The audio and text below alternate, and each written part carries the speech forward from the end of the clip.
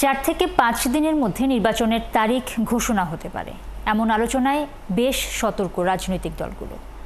BNP বলছে প্রধান উপদেষ্টার ঘোষণা না শোনা পর্যন্ত কোনো কিছুই তাদের কাছে গ্রহণযোগ্য না। তবে জামায়াত এবং এনসিপি বলছে নির্বাচন দেওয়ার আগে পরিবেশ সুষ্ঠু করতে হবে। কেউ কেউ মনে করে নির্দিষ্ট সময়ে নির্বাচন হবে কি না তা নিয়ে যথেষ্ট সন্দেহ রয়েছে। বিস্তারিত জানাচ্ছেন ফরহাদ ইবনে মালিক।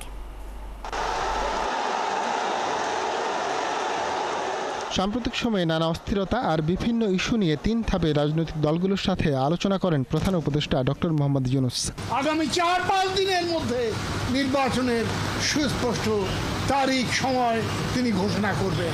এই উক্তির পর অনেকটা নড়ে চড়ে বসে রাজনৈতিক দলগুলো, বেশ আশাবাদীও অনেকে। আমি আশা করছি আমরা একটা চমক পাবো 5 তারিখে, ইনশাল্লাহ 5 তারিখে মাননীয় প্রধান উপদেষ্টা কি নির্বাচনের তফসিল তারিখ ঘোষণা করবেন এবং আমি দৃঢ়ভাবে বিশ্বাস করি ফেব্রুয়ারির প্রথমার্ধে বাংলাদেশে জাতীয় সংসদ নির্বাচন অনুষ্ঠিত হতে যাচ্ছে। অধিকাংশ রাজনৈতিক দলের কথাকে উনি যদি গুরুত্ব দেন তাহলে অবশ্যই 5 তারিখের মধ্যে বা অন্ততপক্ষে সর্বশেষ 5 তারিখে অবশ্যই নির্বাচন কমিশনকে বলবে যে অমুক মাসের মধ্যে নির্বাচনের তোমরা প্রস্তুতি গ্রহণ করো এবং নির্বাচন ঘোষণা করো।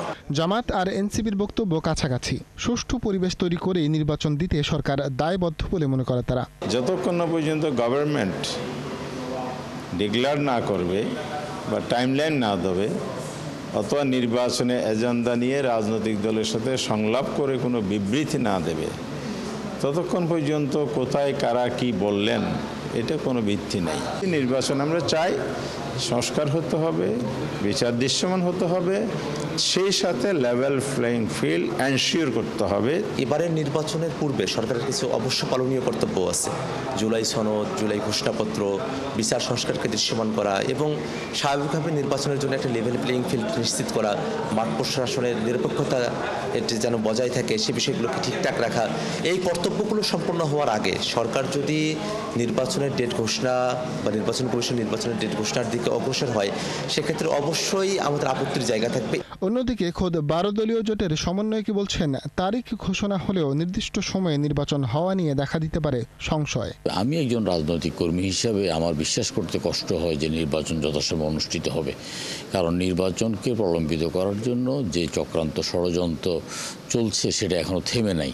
বিএনপির মন্তব্য, প্রধান উপদেষ্টা নিজে বলা ছাড়া অন্য কোনো দলের কথাই গ্রহণযোগ্য নয়। যতক্ষণ পর্যন্ত মাননীয় প্রধান উপদেষ্টা অথবা ওনার কার্যালয় থেকে যথাযথ প্রক্রিয়ায় নির্বাচন কমিশনে লন্ডন বৈঠকের পরবর্তী যে সিদ্ধান্ত হয়েছে, সম্মতি হয়েছে সেটা কমিউনিকেট না হচ্ছে ততক্ষণ পর্যন্ত বাদ বাকি আমরা বা অন্যরা যাই বলি না কেন সেটা ধর্তব্য নয়। তবে নির্ধারিত সময়ের মধ্যেই জাতীয় নির্বাচন হবে বলে আশাবাদ এই নেতার। একটা ঘোষণা দিবেন জাতির উদ্দেশ্যে। ফরহাদ ইবনে মালিক, 71, এবং নির্বাচন ঢাকা। কমিশনে সেটা